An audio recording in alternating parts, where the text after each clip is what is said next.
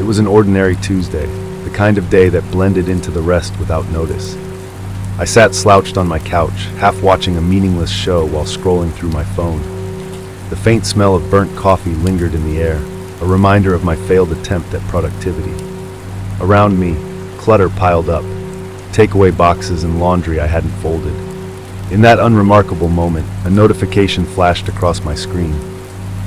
A friend had just posted a new photo. I hadn't heard from her in weeks, not since she went missing. I tapped the alert with trembling fingers. The photo was chilling.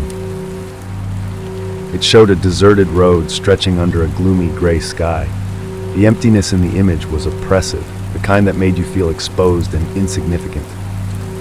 There was no explanation, only a cryptic caption. Sometimes the end is just the beginning. My stomach tightened. Something about the post felt disturbingly off, like a cruel joke. Her usual voice, witty, sarcastic, seemed utterly absent. I picked up my phone to call the police again, but frustration overtook me. The last time I reported her missing, they dismissed me. "She's an adult," they said. "People disappear all the time without telling anyone." I remembered how helpless I felt pleading with them, my voice cracking as I explained my concerns. To them, I was just another overreacting friend.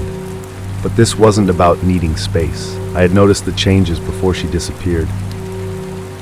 Her posts turning darker, her captions cryptic, photos of strange, empty places replaced her usual ones. Each post felt like a breadcrumb left behind, leading to something sinister. And I had ignored them. I hung up and paced the room. I couldn't just sit there. She needed help, and if the police wouldn't act, I would. Grabbing my jacket, I headed out, determined to retrace her steps through the digital and physical clues she left behind. The neighborhood was quiet. The low sun cast long shadows on the pavement. The cold air bit at my skin, heightening my unease. I wasn't one to take risks. Normally I stuck to the comfort of my couch, scrolling aimlessly or watching TV. But this was different. The unease pulling at me was impossible to ignore. Her last known location was a nearby park, just a few blocks away. She often posted pictures from there, sunny memories of peace and laughter. But today, the park felt different. The trees loomed overhead, their twisted branches like gnarled hands. I walked slowly, scanning for any clue, a dropped item, a piece of clothing, or someone who might have seen her. The rustling leaves sounded like whispers, making me jump. Pulling out my phone, I opened her social media profile again, scrolling through her posts. The last few weeks were filled with vague, unsettling captions. Feeling lost, searching for something. How had I missed the signs? Each like and comment from her followers felt hollow, as if everyone ignored her growing distress. Eventually, I reached a secluded bench overlooking the park's pond. This was her favorite spot, where she used to sit and take photos of the water's reflection. But now the pond looked lifeless, its surface dull and uninviting. I sank onto the bench and scrolled through her account again, desperate to piece together her last days. Then I saw it, a comment on one of her posts I hadn't noticed before. It was from someone unfamiliar. "You should meet me, I can show you the way." The words seemed innocent enough, but with her disappearance, they took on a sinister edge. I clicked on the commenter's profile, and my unease grew. Their page was a chaotic mess of strange quotes and disturbing images. It felt like a digital graveyard, a haunting collection of cryptic messages and vague connections. Was this the person she'd been talking to? Could they have lured her into something dangerous? I kept scrolling, each post drawing me deeper into the unsettling world they'd created. This was beyond me. I took a deep breath, trying to steady myself. This wasn't just about her anymore. It was about the unseen dangers we all face in a world where connections are instant but often shrouded in darkness. I had to find her. I had to confront whatever was behind that comment.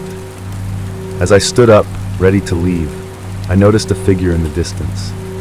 They stood at the park's edge, their silhouette obscured by shadows. Our eyes met.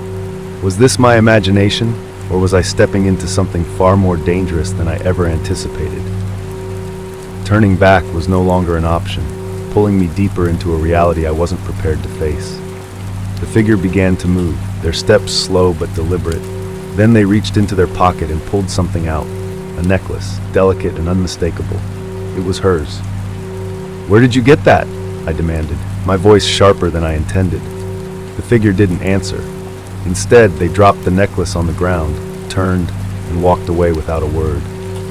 I hesitated, but then I forced myself to move. I grabbed the necklace and followed them, my steps hurried and uneven. They stayed just out of reach, leading me through the park and toward the unknown. My fear was overridden by determination. I didn't know who they were or what I was walking into, but I couldn't let them slip away. Not when they were the only lead I had left. I was alone in the suffocating darkness. Just when I thought it couldn't get worse, a photograph floated toward me. I grabbed it, my hands shaking, and flipped it over. It wasn't her anymore. It was me. My own face stared back, eyes blackened like hers had been. Whatever happened to her was happening to me now. After that, everything became a blur. The next thing I knew, I was standing back in the park, the necklace still burning in my palm. My legs carried me home on autopilot, my mind replaying everything, trying to make sense of it. That was 2 days ago. Since then, I've noticed things, shadows that linger too long, whispers in empty rooms. I don't know what's happening. Maybe you'll think I'm crazy, or maybe you've seen something similar.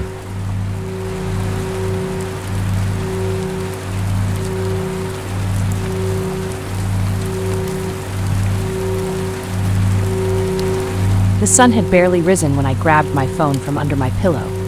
Its soft glow lit up my room, still wrapped in early morning quiet. Outside, the world carried on peacefully, unaware of the chaos about to unfold. Snuggled under my blankets, I scrolled through social media as the buzz of group chat messages filled the air. Everyone was talking about the latest trend, the extreme trust challenge. At first, it seemed harmless, like any other silly online fad. The idea was simple. Friends took turns performing increasingly daring stunts, trusting each other to ensure nothing went wrong. Watching videos of people jumping off fences and doing absurd tricks, I laughed at their boldness. The thrill of joining such a widespread phenomenon was irresistible, and I knew I had to be part of it. After hours of back-and-forth messages, we came up with a plan. My backyard had plenty of space, and a quick call confirmed everyone was in. Excitement surged as I imagined the likes and comments that would pour in. The thought of going viral was too tempting to pass up. That afternoon, adrenaline fueled us. The yard echoed with laughter as we set up my phone on a tripod to capture everything. We started small, with harmless dares like the blindfolded lemonade chug and spin and run. Each stunt got more ridiculous, and our laughter grew louder with every challenge. But as the camera rolled and the stakes rose, the dares became riskier. Then someone suggested we up the ante. A trust fall from the shed roof into a pile of leaves. It was reckless. A small voice in my head told me this was too much, but the promise of attention drowned it out. The excitement was contagious, and I didn't want to be the one to back out. We set up the camera and got ready. The first fall went smoothly, ending with laughter and cheers. When it was my turn, my heart raced as I climbed up. Everyone stood below, shouting encouragement. Their smiles were bright, but the knot in my stomach tightened. Taking a deep breath, I pushed aside my doubt and jumped. The fall felt surreal, the wind rushing past me. But I landed wrong. My foot slipped, and I twisted awkwardly, hitting the ground with a sickening thud. Pain shot through my body, and I screamed before I could stop myself. The others rushed over, their faces pale and panicked. I saw their shock as they realized what had happened. Pain throbbed through my leg, and my vision blurred. Someone yelled for help, but their voice sounded far away. The last thing I remembered was the sound of sirens before everything went dark. At the hospital, my phone buzzed endlessly with notifications, but the excitement was gone. The sterile smell of antiseptic filled the room as I lay in bed, my leg in a cast. The video had gone viral. Likes and comments flooded in, but each notification felt heavier than the last. The fame I'd chased now felt meaningless. Guilt set in. I hadn't just hurt myself. I'd put everyone else at risk. Then came the news that shattered me. Someone else had attempted the same jump later that day. They called it a freak accident. The outcome was worse this time. There was no recovery. They were gone. The weight of that loss consumed me. It was a constant reminder of my reckless pursuit of attention. Every social media notification felt like a cruel reminder of what I had caused. Old photos and messages brought back memories that cut deeper with each passing day. The grief and guilt were suffocating. The thrill of going viral feels distant, buried under the cost of what it took to get there. Now I sit in my room, scrolling through endless posts celebrating their life, trying to make sense of everything.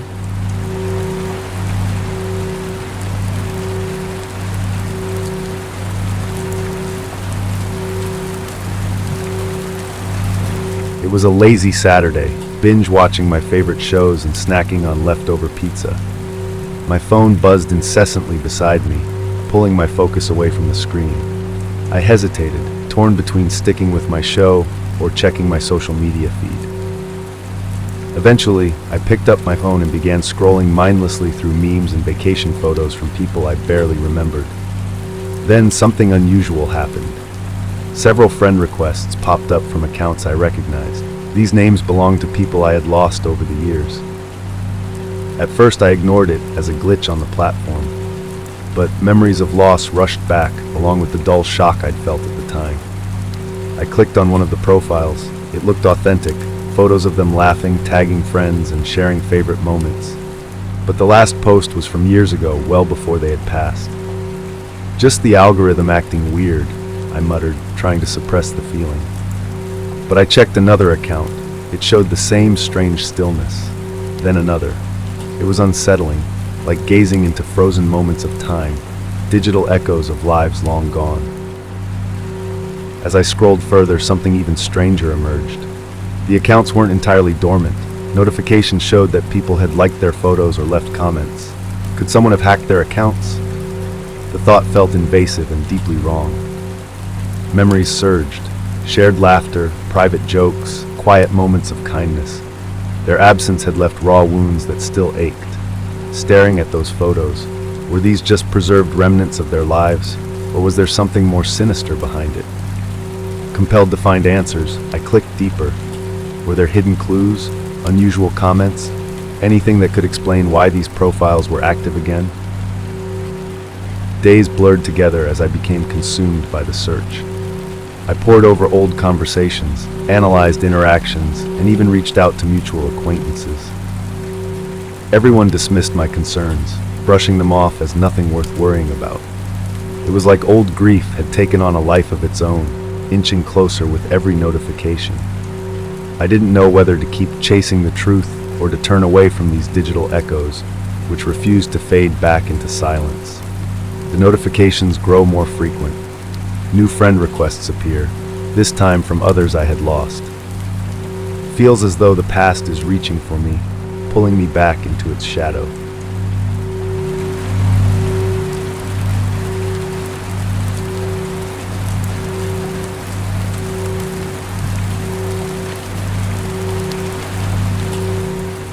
I woke to the buzz of my phone on the nightstand, sunlight streaming through the curtains and warming the room.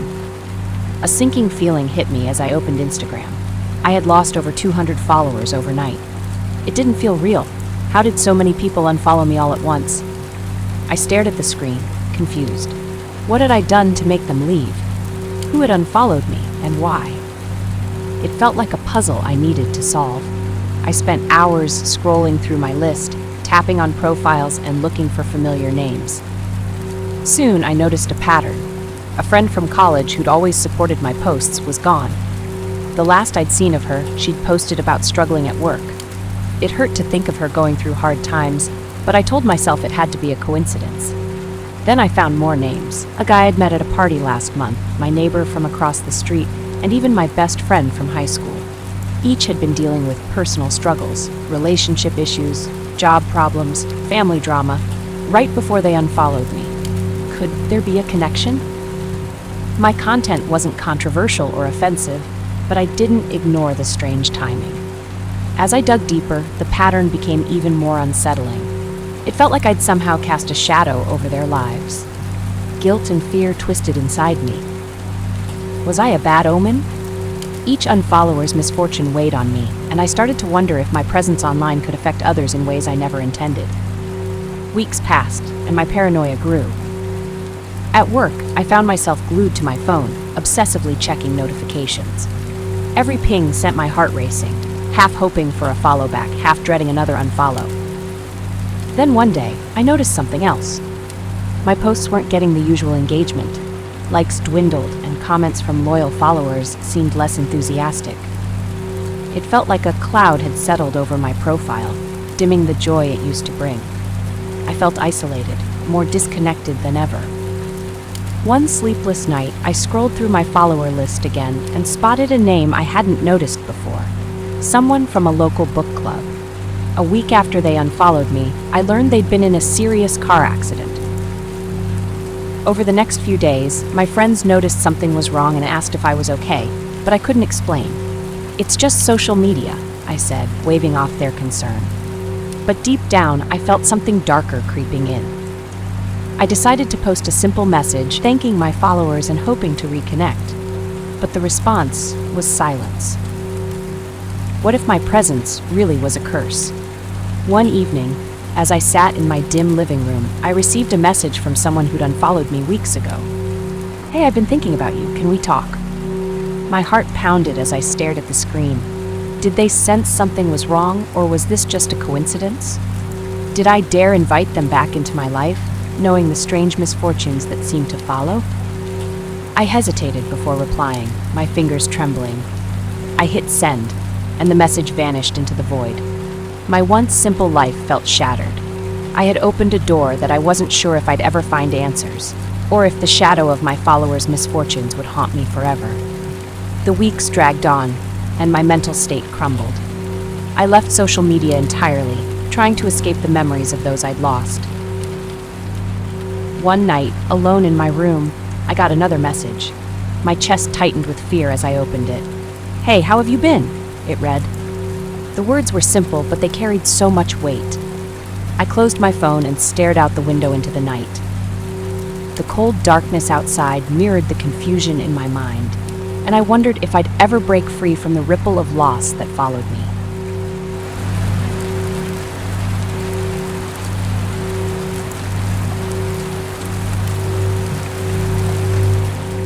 One morning I was curled up on the couch, an empty box on the coffee table, and my laptop open to my favorite streaming platform. The hum of the city outside was a comforting backdrop, and I felt a familiar sense of normalcy. After a long week at work, I was ready to relax with some mindless entertainment. As I scrolled through the suggested videos, one caught my eye, a trending clip about a bizarre social experiment. Curious, I clicked on it. That one video led to a cascade of increasingly disturbing recommendations.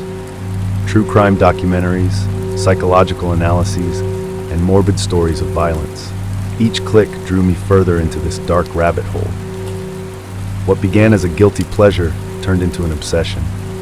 The world outside faded away as I became immersed in this grim digital landscape. Over the next few weeks, I started sharing these videos on social media, presenting myself as an aficionado of the macabre. My friends noticed the change, commenting with confusion or concern. But as I delved deeper, I noticed changes in myself. Violence and chaos no longer shocked me. Conversations with friends felt hollow, and I began to avoid social gatherings.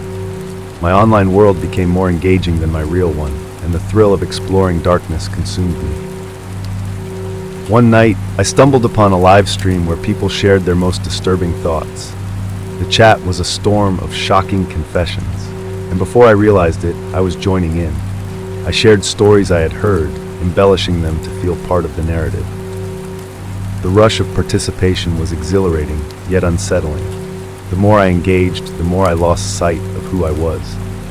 At night, I replayed the images and words I'd absorbed, haunted by how much they had changed me. The line between my real self and my online persona blurred until it was impossible to separate them. One evening, I came across a video of a real-life altercation that escalated into violence. I was horrified yet mesmerized, unable to look away. For the first time, I felt an urge to be part of the chaos, not just an observer. The thought scared me, but it also excited me. In the days that followed, I felt a desire to create something just as intense. Ideas raced through my mind about how to push boundaries, to capture raw human emotion and share it with the world. The thrill of the idea was intoxicating, but an uneasy pit formed in my stomach. Then came the night, everything changed. I went out with acquaintances who shared my fascination with the darker side of life. As we wandered the city, the energy was electric. Laughter and adrenaline propelled us forward until we reached an area known for trouble. The atmosphere shifted as we heard a commotion in the distance. My heart raced with curiosity, pulling me toward the chaos. My companions encouraged me, and I found myself moving forward despite a growing sense of dread. The streetlights cast harsh shadows, revealing a struggle in the alley. I pulled out my phone, ready to document the moment. But as I raised the camera, a chilling realization stopped me. I wasn't just an observer anymore. I was part of this. The thought froze me in place. I had chased the darkness for so long that I no longer knew how to step away. Standing there, camera in hand, I felt the weight of my choices pressing down. The night ended, but for the first time I questioned everything, my choices, my identity, and the fascination that had brought me to this point. The thrill was gone, replaced by a gnawing uncertainty. I had blurred the line between curiosity and obsession, and now I wasn't sure I could ever find my way back. The world outside my window felt distant, and I was left in the echo of my decisions, searching for a way out of the darkness I had so eagerly embraced.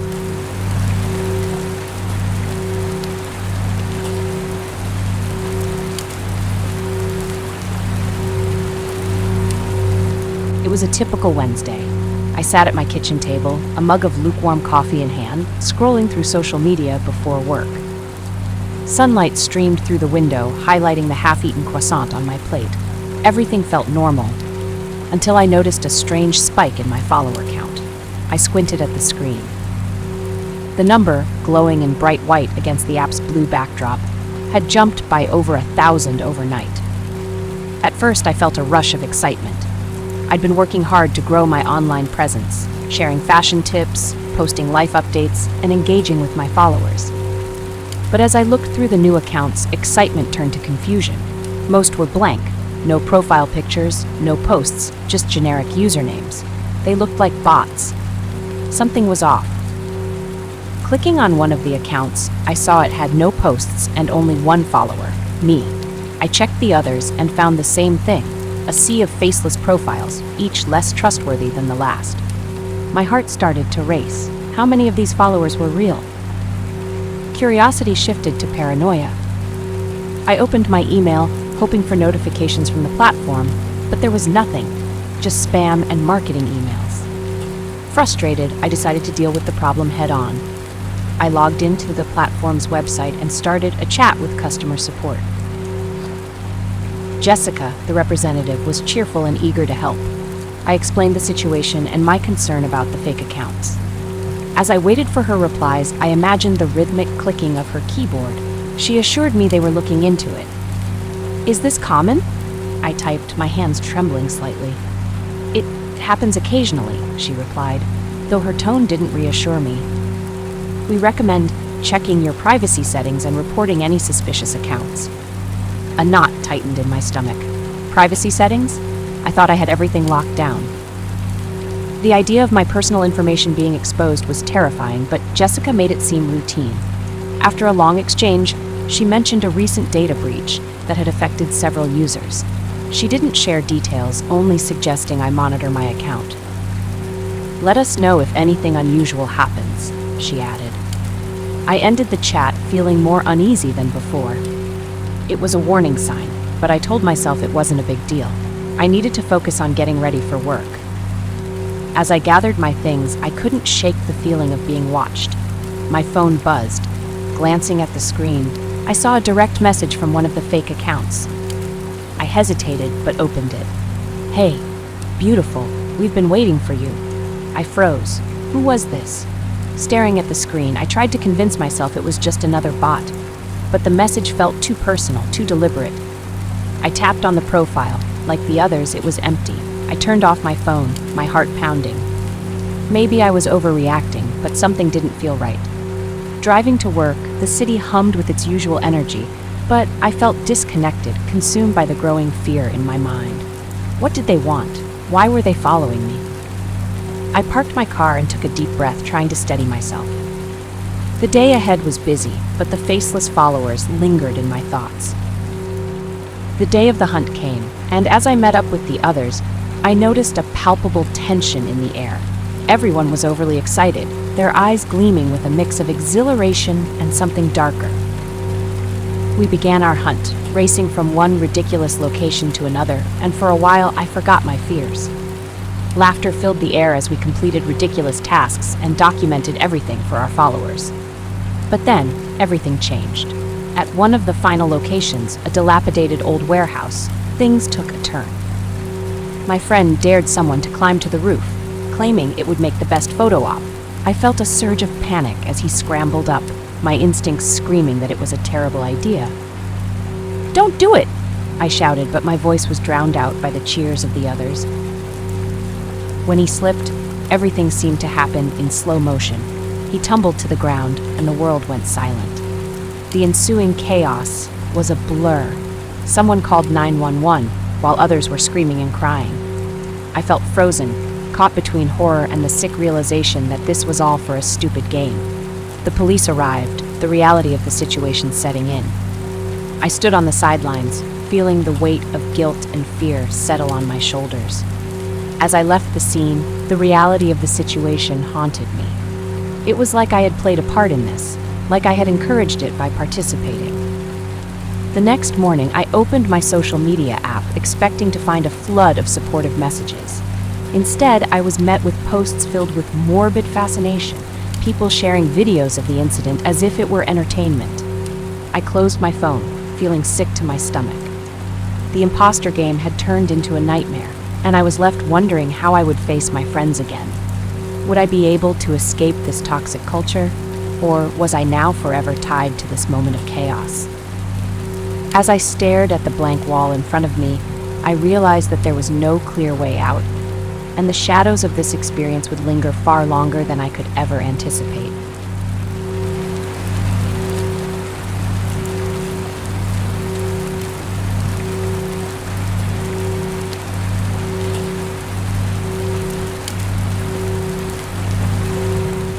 It was a Friday night.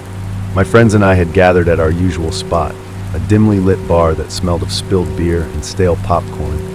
We'd been inseparable since high school, and tonight was supposed to be unforgettable. With the latest Snap filters ready, we created a group chat to capture every laugh, every toast, and every ridiculous moment.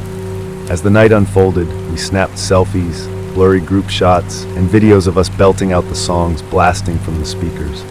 Notifications chimed constantly as our phones lit up with laughter and shared memories. It was carefree, lighthearted, and fun, until a new notification changed everything. An unfamiliar name appeared in our chat. At first, I thought it was a joke, maybe someone adding a random account for laughs. But when I looked around, my friends seemed just as confused as I was. "Who's this?" I asked, holding up my phone. Shrugs all around. No one knew. Brushing it off, I sent a goofy snap of me pretending to steal my friends' drinks. We laughed it off, thinking it was just a glitch or a harmless mistake. Then the first snap from the stranger arrived. It was a dark, grainy photo of an empty street, illuminated by a single flickering streetlight. The caption read, "This is where it begins." We froze. Our smiles faded as we stared at our phones. "Is this some kind of joke?" one of my friends asked, scrolling through the account. The profile was blank. No picture, no posts, nothing. Just a name we didn't recognize. We tried to laugh it off, joking nervously about it being an early Halloween prank. But the edge in our voices betrayed us. The stranger's snaps kept coming. A photo of the bar, taken from an unfamiliar angle. A blurry shot of us dancing, captured from across the room.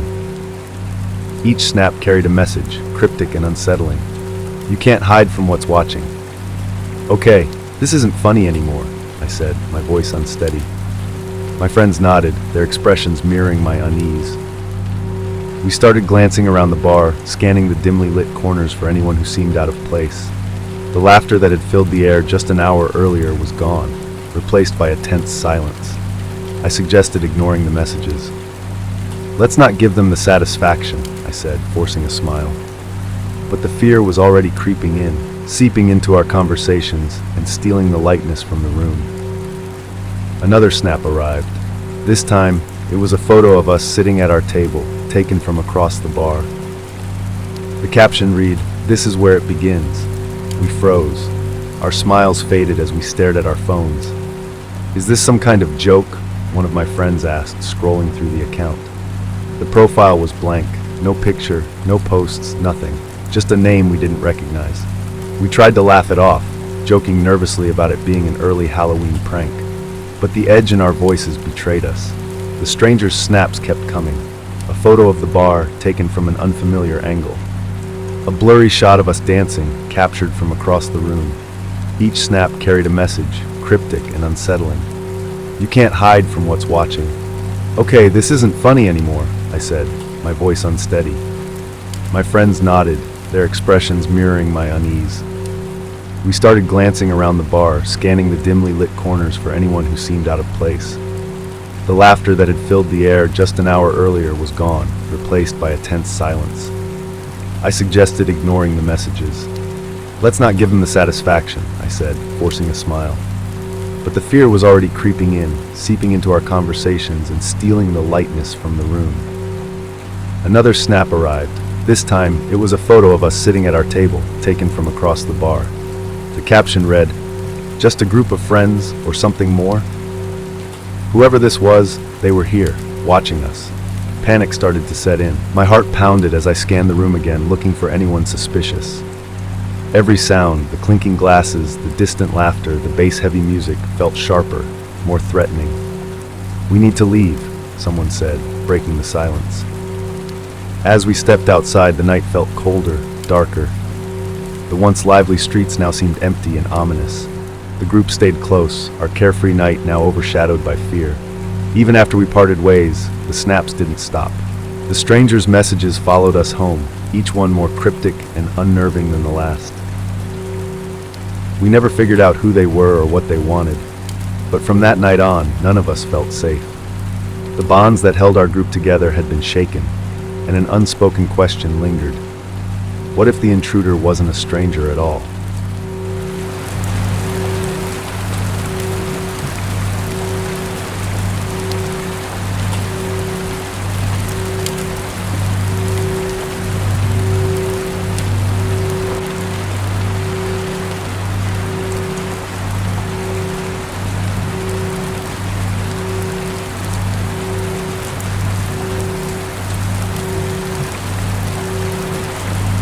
It was the summer of 2005, a time when flip phones were still a novelty and the internet was starting to morph into something resembling the social media behemoth it would later become. I remembered those lazy afternoons, sprawled out on my bed with the faint sound of my mom vacuuming the house downstairs. I had just discovered a website called Shadow Space, a strange, unregulated platform that had felt more like an online playground for the morbidly curious than anything else. It was a world where darkness thrived, and I didn't resist diving in. The interface was clunky, riddled with glitches, but there was something intoxicating about it. Users shared posts filled with unsettling images, bizarre art, and stories that danced on the edge of horror. I had initially stumbled upon it out of boredom, but soon it had become my escape, my addiction. Each time I logged on, I had felt a thrill. The rush of engaging with the grotesque had made my heart race. I would lose hours scrolling through threads about urban legends, unsolved mysteries, and darkly comedic anecdotes that had made me laugh, even as they sent chills down my spine. I still pictured the faint glow of the computer screen illuminating my room at night, the only light cutting through the darkness. I'd often find myself in a trance, drawn deeper and deeper into the abyss of the site. The clock, ticking away unnoticed. The stories felt real, more vivid than anything I'd ever encountered in books or movies. There was a rawness to the posts that gripped me, a glimpse into the human psyche that both fascinated and terrified me. At first, it was harmless fun. I shared my own posts, mostly tongue-in-cheek reflections on the absurdity of life. But as I became more entrenched in the community, I found myself drawn to darker content. I started to engage with users who reveled in the morbid, and the line between fiction and reality began to blur. I'd scroll through gruesome images that would later invade my dreams and read chilling stories that haunted my thoughts during the day. One night, I came across a post that struck a nerve, a story about a family member who went missing, interspersed with unsettling images of abandoned places. The user recounted their desperate search, each word dripping with grief and frustration. I felt a deep connection to the story, as I had a relative who had recently gone through a difficult time. That post lingered in my mind, a specter that seemed to call out to me. As days turned into weeks, I noticed strange coincidences creeping into my life. The things I read on Shadowspace seemed to echo around me. A news report about a local disappearance flashed on my screen one morning. I brushed it off at first, convinced it was just my mind playing tricks. But with each new post I engaged with, I felt an unsettling weight settle on my chest. One evening, I decided to visit my cousin, who had been struggling with her mental health. We sat on the couch, the room illuminated only by the soft light of the television. I found myself sharing snippets of the darker stories I had encountered online, laughing at the absurdity of it all. But she just stared at me. Her expression shifted from confusion to concern. Days passed, and I returned to my nightly routine of browsing Shadowspace. But this time, there was a post that made my blood run cold. It detailed a young woman who had vanished without a trace, her story eerily mirroring that of her struggles. As I read through the comments, I felt my heart drop. There were others who made connections between my cousin's situation and the unfolding narrative on the site, their words laced with panic and speculation. The next morning, I received a call from my family, and everything changed in an instant. She was missing. The weight of the stories I had engaged with felt like a noose tightening around my neck. I could hardly breathe as I replayed our last conversation in my head, my laughter now feeling like a betrayal. I rushed to my family's home, my heart racing with dread. What had I done? Had I unwittingly conjured this nightmare through my obsession? As I stood in the living room, surrounded by worried faces, I realized had somehow unleashed this horror upon her. It felt like a reckoning, the consequences of my fascination with the dark side of human experience finally coming home to roost. The search for my cousin intensified. But as the hours stretched into days, the hope of finding her alive began to fade. The family was devastated, and the news reporters swarmed like vultures, eager to exploit the tragedy. I wondered if I had played a part in this. The very site that had once offered me a thrill now felt like a curse, a dark reflection of the chaos it had sown in my life. Now, as I sit in the shadows of my room, staring at the empty screen of my computer, I'm left grappling with a harrowing truth. The line between fiction and reality can be dangerously thin, and sometimes the darkest corners of the internet can bleed into our lives in ways we never imagined.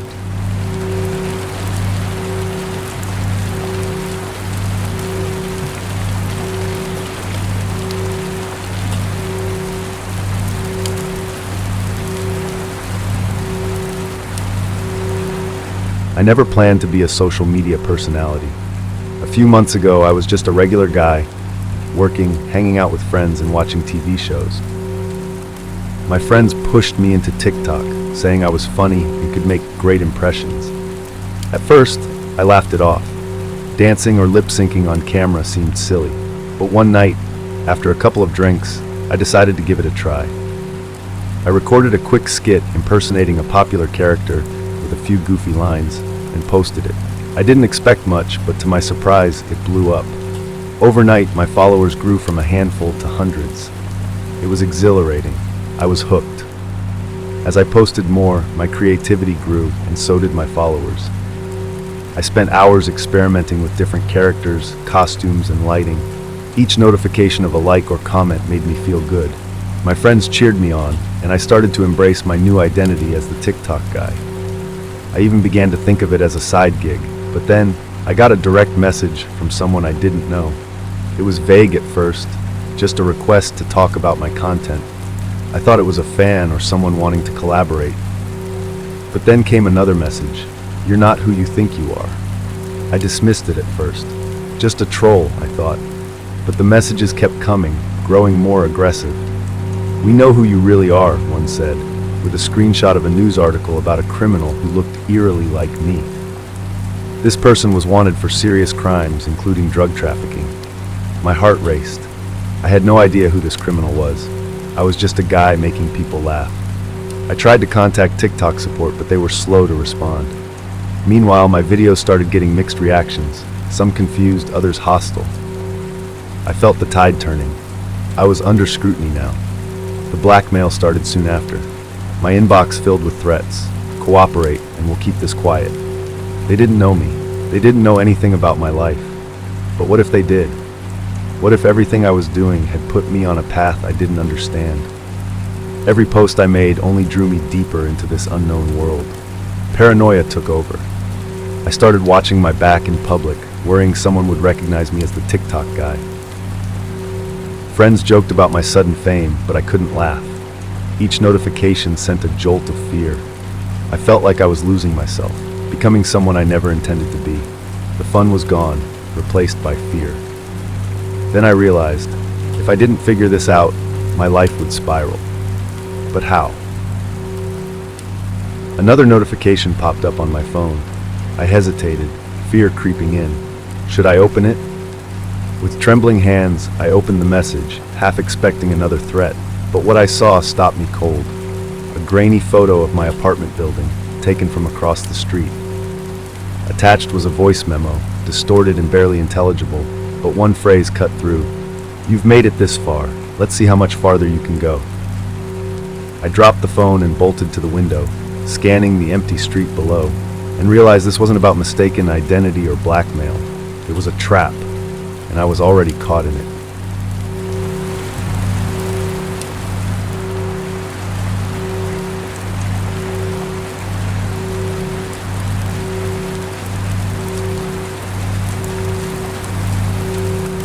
Moving to a new city was supposed to be a fresh start.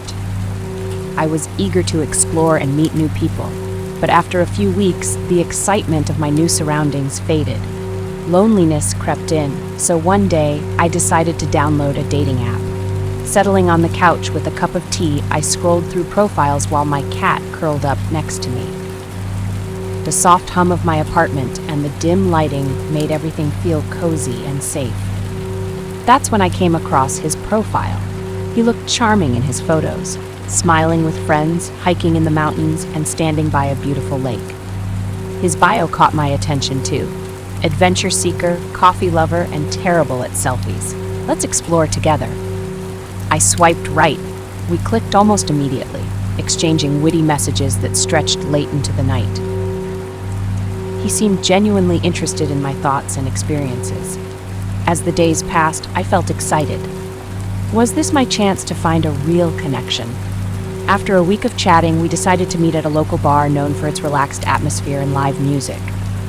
When the evening arrived, I dressed carefully, wanting to make a good impression, but feeling a little nervous. I arrived early, ordered a drink, and scanned the room. When he walked in, he looked even better in person. He greeted me with a warm smile, and I felt my tension ease. The conversation flowed easily, filled with laughter and playful banter. But as the night wore on, something shifted. I noticed a subtle change in his demeanor. He leaned in too close, and his gaze grew too intense. When I mentioned my weekend plans, he responded with an unsettling possessiveness. "You shouldn't be going out without me," he joked, but there was an edge to his voice that made me uncomfortable.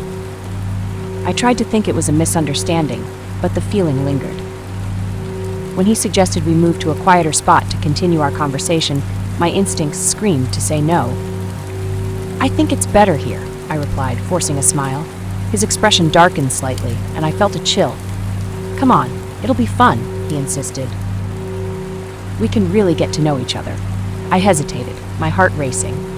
The bar was filling up, the laughter and music swirling around us, but I felt more isolated than ever.